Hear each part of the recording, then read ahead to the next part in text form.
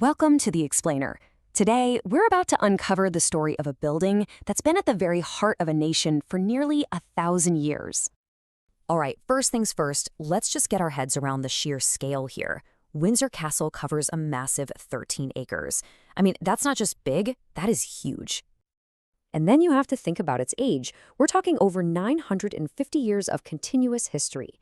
That means for almost a millennium, someone has always called this place home. It's never been empty. So you put those two things together, its incredible size and its staggering age, and you get this amazing title. This is, without a doubt, the oldest and the largest inhabited castle on the entire planet. Nothing else even comes close. So that brings us to the big question, right? What's the secret? How does a single building, a fortress no less, not only survive but actually thrive for 1,000 years, becoming a home, a palace, and a symbol for a nation? Okay, so to figure that out, let's start with the basics, the actual building itself. We're going to look at how Windsor has physically changed over the centuries to meet the needs of the moment. You can really see the castle's whole life story right here. It starts out super practical, right? William the Conqueror just needs a wooden fort to keep an eye on the river. Basic. Then, about 100 years later, Henry II decides, okay, let's make this thing permanent, and he swaps out all the wood for stone. But then, bam!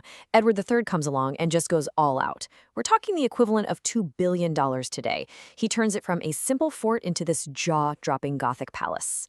And then, much later, George IV adds that final fairy tale touch, jacking up the round tower to create the iconic skyline we all know today. So that's the history baked into its walls. But what's really fascinating is how all those layers create this incredible dual identity today. Windsor is, well, it's a castle of extremes.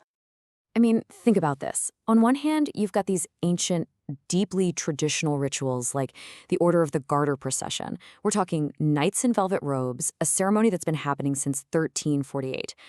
But then, in the very same spot, St. George's Chapel, it becomes a global television studio, broadcasting a royal wedding to nearly 2 billion people. It's just wild, that contrast. And here's another one. Is it a private home or a public magnet? Well, it's both. For the king, it's a weekend retreat, a place to get away behind closed doors. But for the rest of us, it's one of the biggest tourist destinations on the planet, with almost 1.5 million people walking through its gates every year. How do you even manage that? And this might be the coolest example of that dual identity. You still got these massive, 15-meter-high medieval walls. They're literally ancient defenses. But layered right on top of them, you've got the latest 21st century tech, hyperspectral cameras and AI that can spot a threat like a drone swarm from miles away. It's medieval brawn meets modern brain. But look, a history this long, it's not all going to be smooth sailing. The castle has faced some serious crises. And its biggest modern test didn't come from an enemy at the gates. It came from a single accidental spark.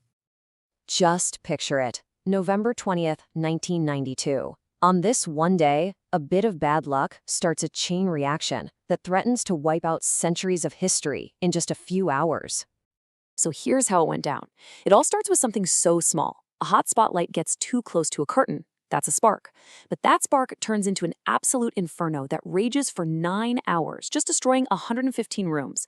As 225 firefighters are battling this thing, you've got this incredible human chain of staff and soldiers literally passing priceless art hand to hand to save it. The damage was just devastating. But out of those ashes came this incredible rebirth, a 5-year, £36.5 million project to bring it all back.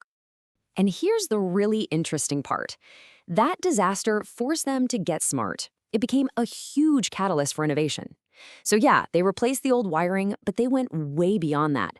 Windsor actually became a pioneer in fire safety. They installed this high-pressure mist system, the first of its kind in a UK palace, and now the most valuable areas have these amazing argon gas systems that can kill a fire without a drop of water, saving the priceless art inside. So after literally rising from the ashes, Windsor isn't just sitting back and relaxing, not at all. It's actively planning its future, writing the next chapter in its incredible 1,000-year story. And this is it, the Windsor 1000 Master Plan. It's a huge $200 million vision to get the castle ready for its 1000th birthday in 2070. And it's not just about patching things up, it's about evolving.